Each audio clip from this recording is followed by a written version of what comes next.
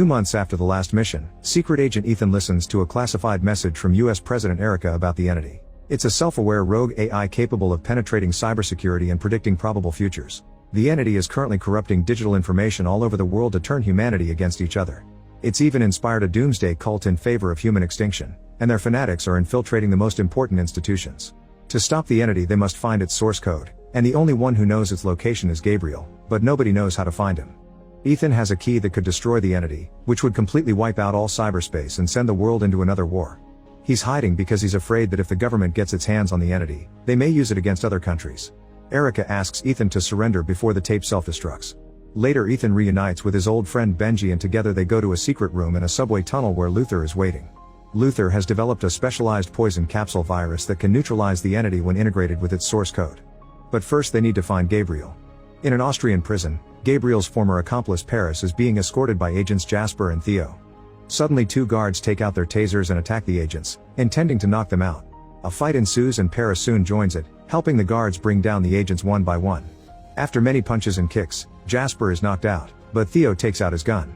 Paris steals a gun and tries to shoot them, but the guards jump in front of her and take off their masks to reveal that they're Ethan and Benji.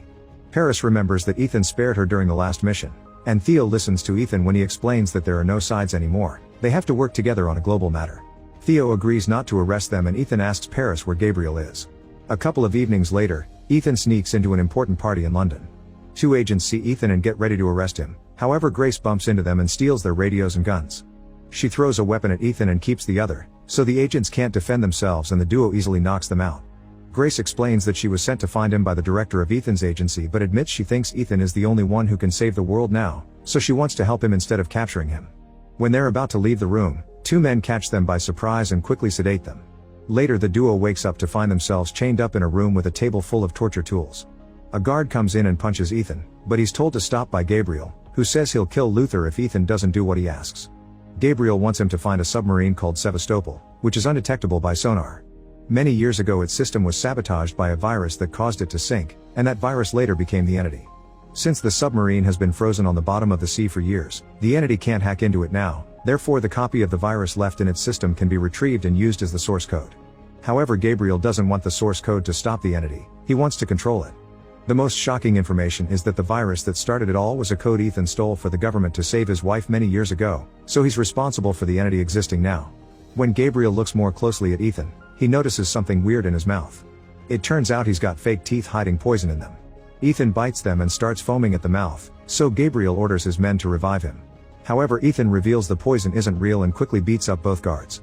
While Grace gets the keys from them to free herself, another guard comes and Gabriel stops him from shooting, reminding him he needs Ethan alive.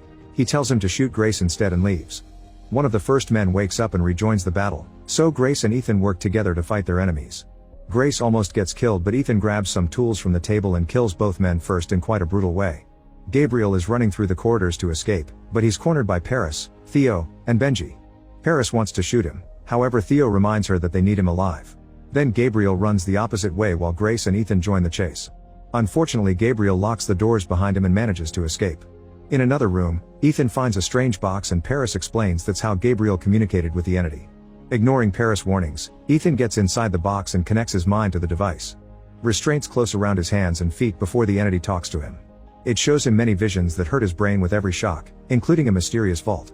The entity wants Ethan to open the vault and let it get inside. If he doesn't cooperate, the entity will take control of the world's nuclear arsenal in 4 days and destroy humanity. It also shows him that Gabriel will kill Luther soon. Then the entity kicks Ethan out of the box. He desperately writes down all the information he got during the visions and tells his team to find the coordinates to the submarine's location before he rushes out, desperate to save his friend. Meanwhile, Luther wakes up to find a dead nurse next to his bed. It turns out that Gabriel has locked him up in a strange chamber with a bomb, but first he stole the poison capsule and killed the woman he hired to keep him asleep. By the time Ethan arrives, there are only 3 minutes left. The bomb is so powerful that it may take out the entire city, so Luther is disarming it to contain the explosion. It'll save the city, but it'll kill him and collapse the tunnels. While failing to open the door, Ethan realizes Gabriel wants Luther to die so he can't build another poison capsule. Ethan doesn't want to abandon his friend, but Luther points out that he has no choice and forces him to leave. As Ethan runs through the tunnels, the bomb explodes behind him and kills Luther. When Ethan reaches the street, he's surrounded by Jasper and his men, who take the key from him. At headquarters, Ethan is met by Director Kittredge, who informs him that the entity has already broken into several nuclear arsenals around the world. They have a meeting with the entire board including President Erica. After they review Ethan's mission history, he explains that he needs the key and a ship to find the submarine. An argument ensues since the agency still doesn't want to destroy the entity, so Ethan points out they have no choice now that nuclear weapons are under its control. At that moment an alarm rings and they learn that another country has lost control of its nuclear arsenal. Erica decides to give Ethan 72 hours to solve the issue or he'll be responsible for what happens. Before he leaves on a helicopter, he's given the key and a mysterious envelope. Sometime later on the Northern Pacific, a plane leaves Ethan on a carrier ship. He gives the envelope to the Admiral, who opens it to discover that the message is just a date. The Admiral used to serve with Erica and recognizes the date as the day both lost someone close to them because no authority would take a risk. The carrier is sailing through a difficult area that could start a war, but the Admiral agrees to take the risk that her higher-ups didn't take. Ethan tells her about SOSUS or Sound Surveillance System, which is a network of acoustic undersea cables. If something important happens undersea anywhere in the world, SOSUS can find its exact location. Since the bodies of the submarine crew were recovered by Inuit fishermen, they guess that the SOSUS station that picked up the accident is the one on St. Matthew Island in the Bering Sea. Going there may risk starting a war with Russia, not to mention that Ethan will have to meet his team at the exact same place at the exact same time to bring him out of the ice. The Admiral is skeptical but they don't have a better plan. At the island, Benji and the team meet William, who has been managing the SOSUS station for 30 years. He's a legendary coder who tried to warn people about the entity for decades, but nobody listened to him. William wants to help them, however his house has already been invaded by Russian mercenaries who are now coming out of hiding. They're also looking for the lost submarine. William tries to convince everyone that he doesn't have the coordinates they need. He has the disks with the information but not the machines to read them because the higher-ups took everything away to cover up the sinking of the submarine. The Russians still expect William to build a reader and give him 1 hour. On a helicopter, Ethan is told by the pilots that they're seeing Russian ships in the area and that they haven't received the coordinates from the team yet. If they fly around for long they'll run out of fuel to return, but Ethan asks them for 5 more minutes. At that moment 2 Russian jets fly in front of them as a warning, so Ethan decides to jump into the freezing water. While the helicopters leave, Ethan is suddenly surrounded by divers, who take him to the USS Ohio. Ethan meets the submarine's captain and gives him the necklace sent by the Admiral to convince him to help. He explains that he's waiting for the coordinates from his team and asks the captain to raise the antenna, which may give away their location to the Russians.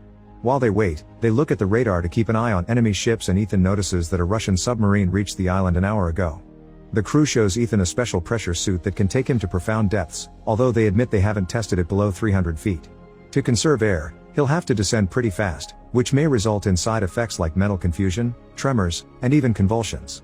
He'll have around 20 minutes to get to the decompression chamber, otherwise he'll die. Ethan starts exercising to help with his breathing and the captain warns him he'll use the antenna one last time before shutting it off.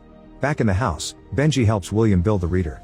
While everyone is distracted, William confesses that he destroyed the disk that had the coordinates, but he's memorized them. He writes them down on a piece of paper and hides it on his watch, which he then discreetly hands to his wife while asking her to feed the dogs. Grace overhears them talking and volunteers to help. A mercenary follows the women to the kennel. William's wife hits him with a shovel and Grace jumps in to fight him, causing him to shoot his gun. The rest of the team hears it and sees it as a signal, so they start fighting the mercenaries too. Plenty of punches are exchanged, many weapons are shot, and in the struggle they accidentally knock off some coal from the stove, which lights the house on fire. Everyone just keeps on fighting so William rushes to the radio to send the coordinates. At the same time in the submarine, Ethan is attacked by a crew member with a knife, who is part of the entity cult and doesn't want it to be stopped. The men start fighting all over the room, breaking some pieces of equipment while the captain finally picks up the coordinates. Ethan pushes the guy's face against a rolling machine, but the man still manages to pick up his knife to attack again. When he's about to stab Ethan, another crew member hits the guy from behind to knock him out. In the house, Theo and Paris are doing most of the fighting. Benji tries to help but a bookshelf falls on him and the mercenary leader. Paris is captured, so she hits the guy to force him to shoot and the bullets hit his teammate. This frees Theo, who opens fire at Paris' opponent in return. When the Russian mercenaries realize that William is sending out the coordinates, they decide to run away and let their submarine pick up the transmission. William and the team manage to leave the building before it collapses. Grace leaves with William's wife, who teaches her how to use a sleigh and the words to guide the dogs so she can transport all the pressure chamber equipment to meet Ethan. In the submarine the captain tells Ethan that the coordinates are located near Africa. Ethan thinks that doesn't make sense and searches for the exact opposite point, which marks a place near his current location. William sent them backwards to trick the Russians. As the submarine takes off, they notice that the Russians are following them. Once the submarine reaches the spot from the coordinates, Ethan suits up and the crew reminds him of the limited time he has to pull this off. To help with the pressure, the chamber is filled with water before Ethan opens the door. He feels dizzy for a second before he jumps out and starts swimming as quickly as possible. At that moment the Russian submarine appears and almost hits him, but Ethan stays hidden on its side and manages to move on without being detected. Using several flares, Ethan searches the area until he finds the Sevastopol. When he gets inside, water immediately goes in too and the weight causes the submarine to move. Ethan connects a device to the generator to restore power and discover many bodies that weren't sucked out when the submarine sank. In the next room he finds a bunch of torpedoes, so he has to walk carefully to avoid activating them. This is harder than it should be because the submarine keeps rolling, thanks to the water flooding it. Eventually Ethan finds the system chamber and opens the computer hatch with the special key, which allows him to steal the hard drive. As he starts making his way back, he realizes that the submarine has completely tilted and will sink more deeply at any second. He has to swim carefully to dodge the torpedoes, which also keep rolling around. One of them blocks the door, so Ethan will have to escape through the torpedo tube. As he swims toward the tube, the torpedoes roll near him and almost trap him, but thankfully he gets out with some struggle. It takes him some effort but Ethan manages to open the tube hatch too, however there's a torpedo inside. He opens the next hatch and finds it free, but when he tries to crawl through it he discovers that his suit doesn't fit. Ethan has no choice but to rip it off, leaving his skin exposed to freezing water. Soon the tube starts flooding as well, but Ethan pushes through and manages to get out right before the submarine falls. Ethan's helmet gets stuck on the side of the submarine, leaving him with no choice but to let go of it too. The submarine sinks into the abyss and Ethan has to keep swimming in only his shorts with the hard drive hanging around his neck. No matter how hard he swims, Ethan doesn't make it to the surface. His body can't deal with the lack of air and the temperature, so it curls in extreme pain. At that moment he's found by Grace, who pulls him out of the water. She does CPR and puts him in the pressure chamber to revive him. Moments later on the plane, Ethan tells William he remembers him from an old mission. Ethan feels responsible for William being relocated to the Arctic, but William's grateful because this new job allowed him to meet his wife. The team discusses the entity's plan and concludes it must have a place to hide before launching the nuclear attack. William thinks that the safest place is the Doomsday Vault, a top-secret, fully shielded, solar-powered data server. Ethan realizes that's the place the entity showed him in the visions and guesses that Gabriel must already be there. They need to get Luther's poison capsule back from him to combine it with the source code, then that combo will force the entity to enter a 5D optical data drive and capture it there. However, they must pull out the data drive at the exact second to keep the entity from escaping but also to prevent it from launching the nuclear attack.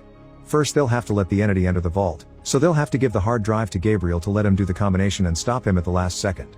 In Africa, the team crosses several tunnels until they find the chamber with the vault. Ethan makes the others hide and moves ahead alone until he finds a nuclear bomb. Gabriel comes out and gloats, so Ethan pretends he's very upset to give him the hard drive. The moment is interrupted by Jasper, who surprises Gabriel with a gun from behind.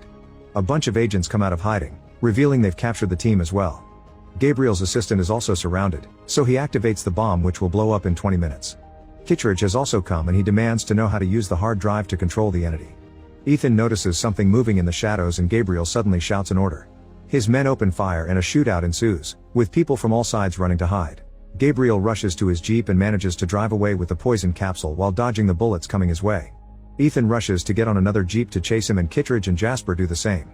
As the vehicles race through the tunnels, Ethan's jeep is pushed until he crashes. Luckily he isn't hurt and keeps running until he finds Gabriel escaping on a biplane. Ethan's about to give up when he sees the assistant getting away on a plane too, so he holds on to a metal bar to come along. He then climbs up until he reaches the pilot's seat and punches the assistant to knock him out. The plane starts to fall and roll, so the assistant's body drops out when Ethan pulls off the seatbelt. Then Ethan takes control of the plane and chases after Gabriel. Their planes hit each other a few times, causing some damage in the process. Back in the cave, Benji reveals that he's been shot. William volunteers to disarm the bomb, so his wife and Theo stay with him while Paris and Grace take Benji into the server room. William thinks they may not make it but soon discovers there are some cables he can cut to make the explosion smaller and give them a short window to escape. Once inside, Benji realizes his lung is collapsing, so he gives Paris a few instructions to do an improvised operation on him. The process is very painful but this doesn't stop Benji from guiding Paris through it and telling Grace how to activate the server.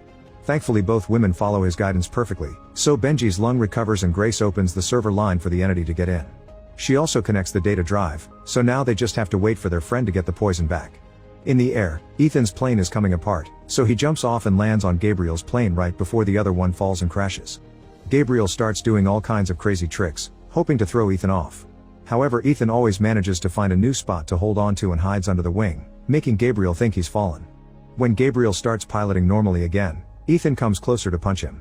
Unfortunately it doesn't knock him out and Gabriel starts pulling some crazy tricks again. As Ethan holds onto the seatbelt, the propeller begins to fail and Gabriel is forced to fly normally. He then tries to stab Ethan, who uses the chance to break his arm and steal the poison capsule before punching Gabriel again. He also disconnects the seatbelt, so when the plane turns, Gabriel falls out. The wind pushes his groin against the side of the plane and hits his head on the metal, instantly killing him. Afterward, Ethan tries to regain control of the plane, however the propeller has caught on fire. He jumps off using a parachute, only for it to get burned off as well.